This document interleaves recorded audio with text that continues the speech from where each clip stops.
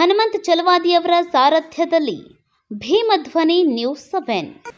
ಗದಗ ಜಿಲ್ಲೆ ನರಗುಂದ ತಾಲೂಕಿನ ಬನಹಟ್ಟಿ ಗ್ರಾಮದಲ್ಲಿ ದಲಿತ ಯುವಕರು ಕುರುಬ ಸಮುದಾಯದ ಹುಡುಗಿಗೆ ಸಾಮಾಜಿಕ ಜಾಲತಾಣದಲ್ಲಿ ಮೆಸೇಜ್ ಮಾಡಿದರು ಎಂಬ ಕಾರಣಕ್ಕೆ 3 ಜನ ದಲಿತ ಹುಡುಗರನ್ನ ಗ್ರಾಮ ಪಂಚಾಯಿತಿಯ ಧ್ವಜದ ಕಂಬಕ್ಕೆ ಸರಿಸುಮಾರು ಬೆಳಗ್ಗೆ 9 ಗಂಟೆಯಿಂದ ಸಂಜೆ 4 ಗಂಟೆಯವರೆಗೆ ಕಟ್ಟಿ ಒಂದು ತೊಟ್ಟು ನೀರು ಊಟ ಕೊಡದೆ ಕುರುಬ ಸಮಾಜ ಮತ್ತು ನಾಯಕ ಸಮುದಾಯದವರಿಂದ ಅಮಾನುಷವಾಗಿ ಮೈ ಮೇಲೆ ಬರೆ ಬರುವ ಹಾಗೆ ಹಲ್ಲೆ ಮಾಡಿದ್ದಾರೆ.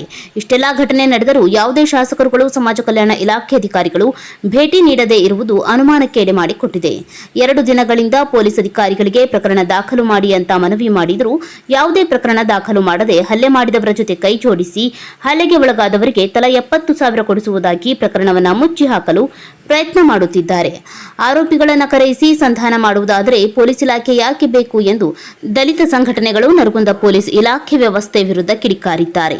ಸಂಬಂಧಪಟ್ಟ ಅಧಿಕಾರಿಗಳು ಇದರ ಬಗ್ಗೆ ಗಮನ ಹರಿಸಿ ಪ್ರಕರಣವನ್ನು ದಾಖಲು ಮಾಡಿಕೊಳ್ಳಬೇಕು ಮತ್ತು ದಲಿತ ಯುವಕರ ಜೀವಕ್ಕೆ ಏನಾದರೂ ತೊಂದರೆ ಆದರೆ ಅದಕ್ಕೆ ನೇರವಾಗಿ ಸಮಾಜ ಕಲ್ಯಾಣ ಇಲಾಖೆ ಅಧಿಕಾರಿಗಳು ಮತ್ತು ಪೊಲೀಸ್ ಇಲಾಖೆ ಅಧಿಕಾರಿಗಳೇ ಹೊಣೆಗಾರರು ಎಂದು ದಲಿತ ಮುಖಂಡರು ಇಲಾಖೆಗಳ ವಿರುದ್ಧ ಆಕ್ರೋಶ ವ್ಯಕ್ತಪಡಿಸಿದರು.